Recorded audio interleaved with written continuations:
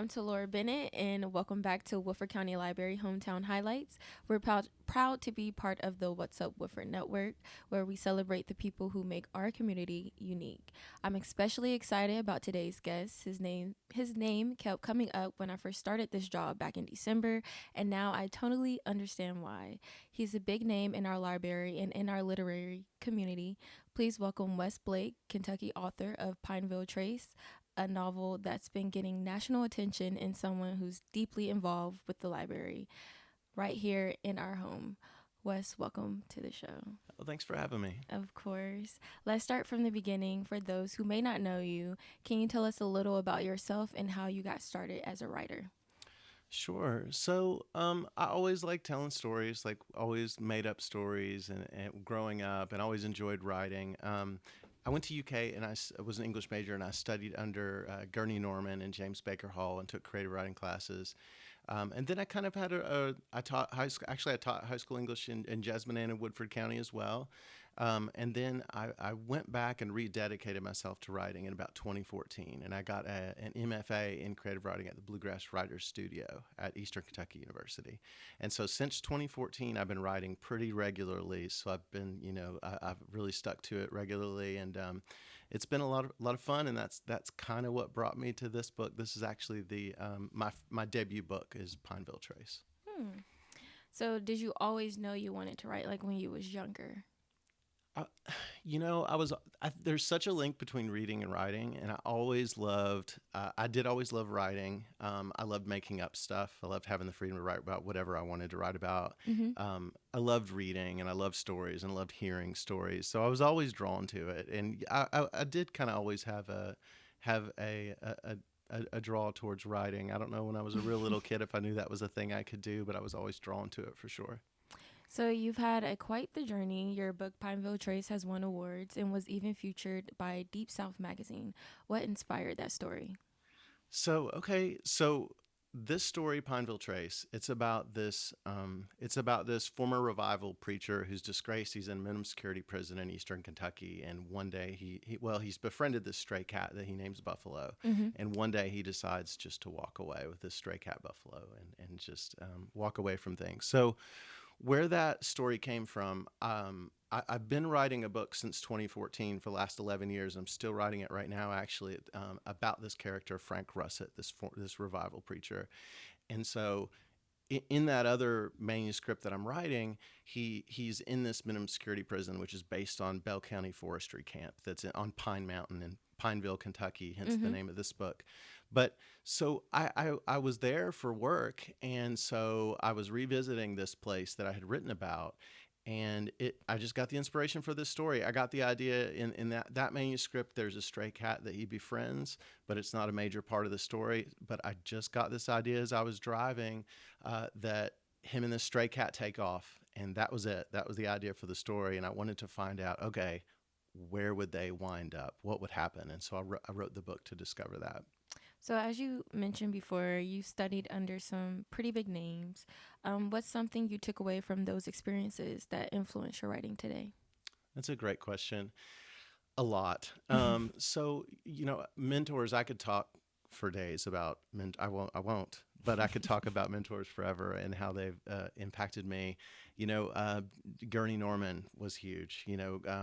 Something that Gurney did. My first thing I wrote for that class, he read part of my monologue during the next class. He said, "Here's an example of natural dialogue," and I think, to answer your question, something that all my writing mentors did to some degree was encourage me. Mm-hmm. And so I learned what I was doing well. My favorite writing mentors are the ones that I can tell whether they like what I did or not. Mm-hmm. I like that. I would like to be able to know. And so my favorite, James Baker Hall was that way. There was one, James Baker Hall in his class. I took his 507 class, and it was the year that he was named poet laureate, and we all went up to the ceremony. It was really cool.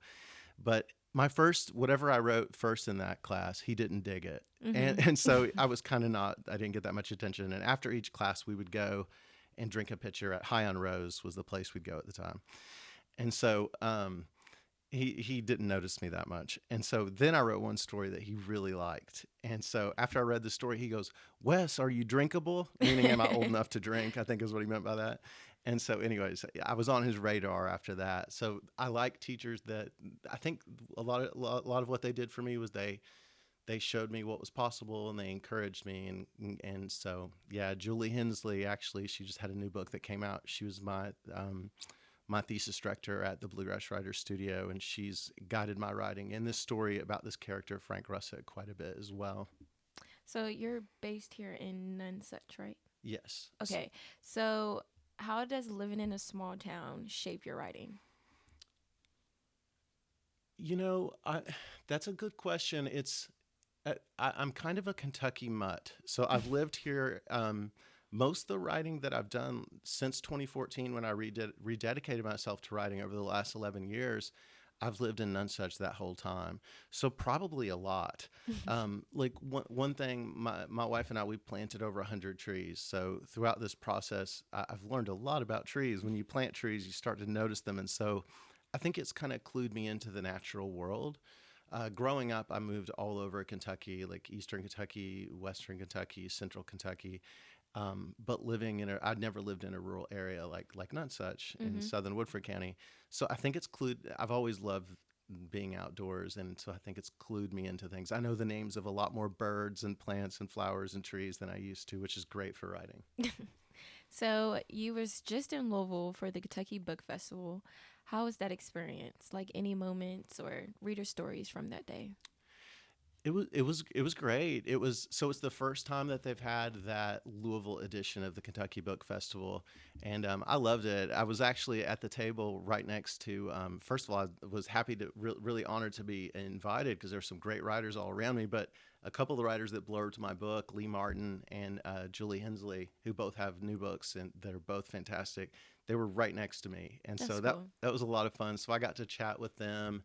And it was nice to talk to the writers. The readers were fantastic. It's always fun to read to meet readers. Like some readers are writers and they have questions, and it's nice to talk about what they're up to with their own writing, and just to kind of connect with readers is a lot of fun. And they had some great panels too. Mm-hmm. So I got to meet some writers that I'd kind of seen their work and admire their work and got to catch up with them. So it was a lot of fun. And Carmichael's is always great to work with, and they really did a good job planning the first one. It was a nice turnout. That's good. So you're a big name around our library system. How did you first get involved with the library and local literary events? I tell you, with this first book being published in September 2024, it has made me even such a bigger fan of libraries than I was already, and I was already a big fan of libraries. It's amazing how helpful libraries are to local writers. I mean, that some of the biggest support that I've gotten for my work has been from local libraries, and Tommy at the Woodford Library has been fantastic. Mm-hmm. We did a book club, where with the Woodford Library, where we talked about the book, and that's so much fun to get to actually talk to readers and answer any questions they have. Um, you know.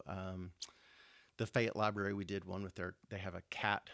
The Humane Society partners with them, and so it was like to drive cat adoptions. And so we did an event with their cat themed book club, which would be awesome to do with Woodford Humane Society Mm-hmm. as well. But it's just been so helpful. They've been really supportive. And I appreciate it.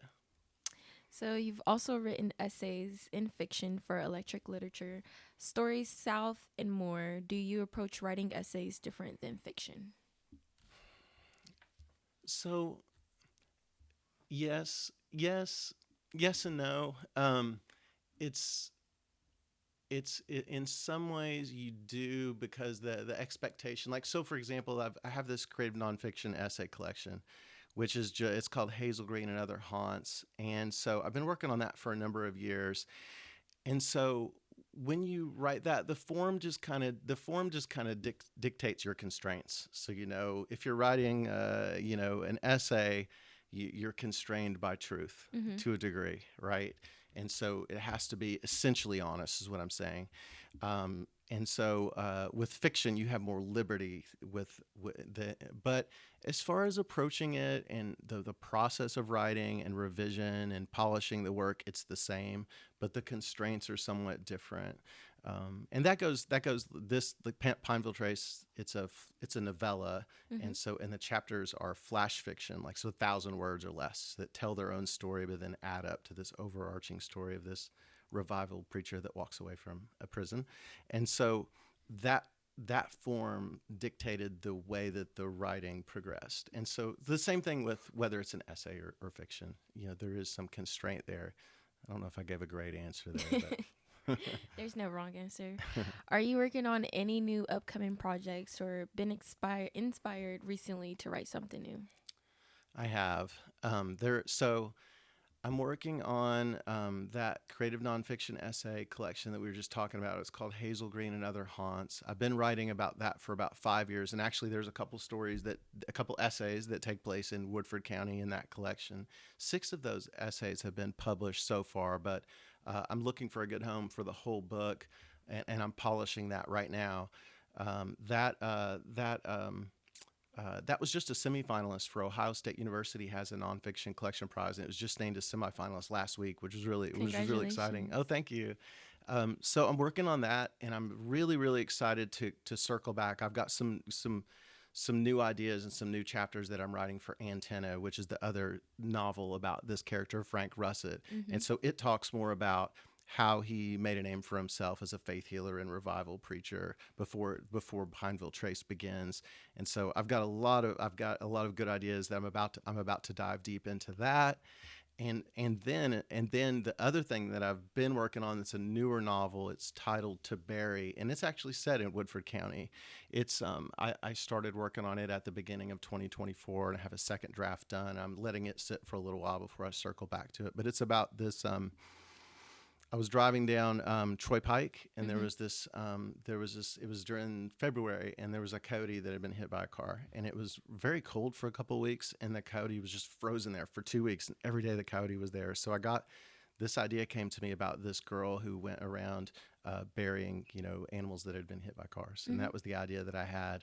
And so I wrote that down, and then years later, I finally came back to it, and I wrote this novel in progress To Bury, to discover who is that girl, what's her life like, why does she do that, where would she end up, and so that's the third one that I. That's interesting. Thank you. Okay, so just for fun, if you can write in any genre that people wouldn't expect from you, what would it be? Like sci-fi, romance, something totally unexpected. The book To Bury is it kind of dips its toe in horror just a little bit.